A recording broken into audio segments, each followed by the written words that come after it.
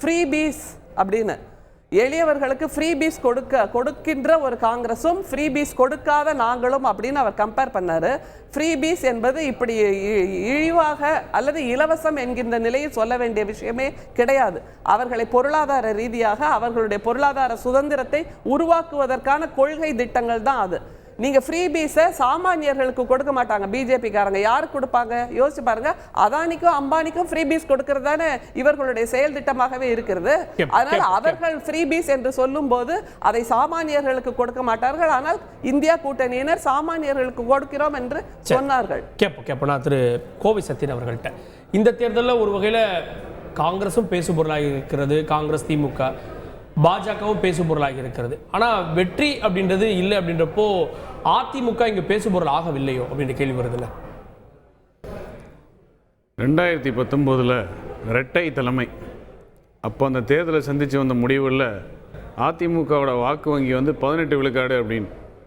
அப்போ எல்லா ஊடகத்துலேயும் அது பேச்சு பொருளாக வந்துச்சு. 18 விழுக்காடு வந்துருச்சு, அதிமுக அஸ்தமனம் துவங்கிருச்சு அப்படின்னு. ஆளுங்கட்சியே தோல்வி.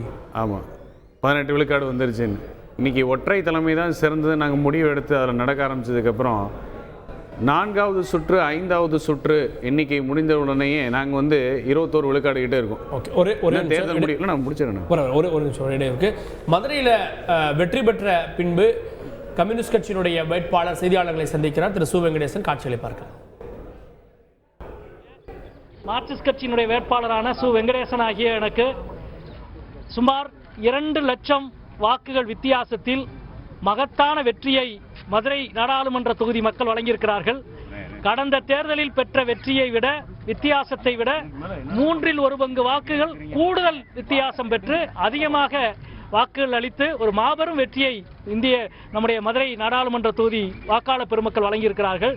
இன்றைக்கு நம்முடைய முதல்வர் அவர்கள் தலைமையில் அமைந்திருக்கிற இந்த கூட்டணியினுடைய அரசியலுக்கும் செயல்பாட்டுக்கும் கிடைத்த மிக முக்கியமான அங்கீகாரம், மிக முக்கியமாக வெற்றி, கடந்த காலங்களிலே செய்த மக்கள் பணிக்கு கிடைத்திருக்கிற வெற்றி, அதே போல இந்த வெற்றிக்காக பாடுபட்ட இந்த அணியினுடைய தலைவர்கள், அதே போல அமைச்சர் பெருமக்கள், மாவட்ட செயலாளர்கள், நம்முடைய அனைத்து தோழமை கட்சியினுடைய தலைவர்கள், ஊடக நண்பர்கள் அத்தனை பேருக்கும் இந்த நேரத்திலே எங்களது அன்பான நன்றியை தெரிவித்துக் கொண்டு நம்முடைய அன்பிற்குரிய அமைச்சர் அவர்களும் அன்பிற்குரிய மாவட்ட செயலாளர் அவர்களும் இப்பொழுது பேசுவார்கள்.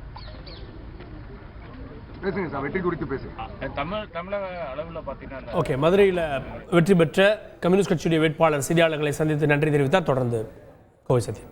5வது சுற்று முடிவிலேயே நாம் 21 விழுக்காடு வாக்கு வங்கியில் பெற்றிருக்கோம். இப்போ இந்த தேர்தல் முடியும் பொழுது அது 30 விழுக்காடு தாண்டி நிற்கும். செய்திகளை உடனுக்குடன் தெரிந்து கொள்ள உடனே சப்ஸ்கிரைப் பண்ணுங்க.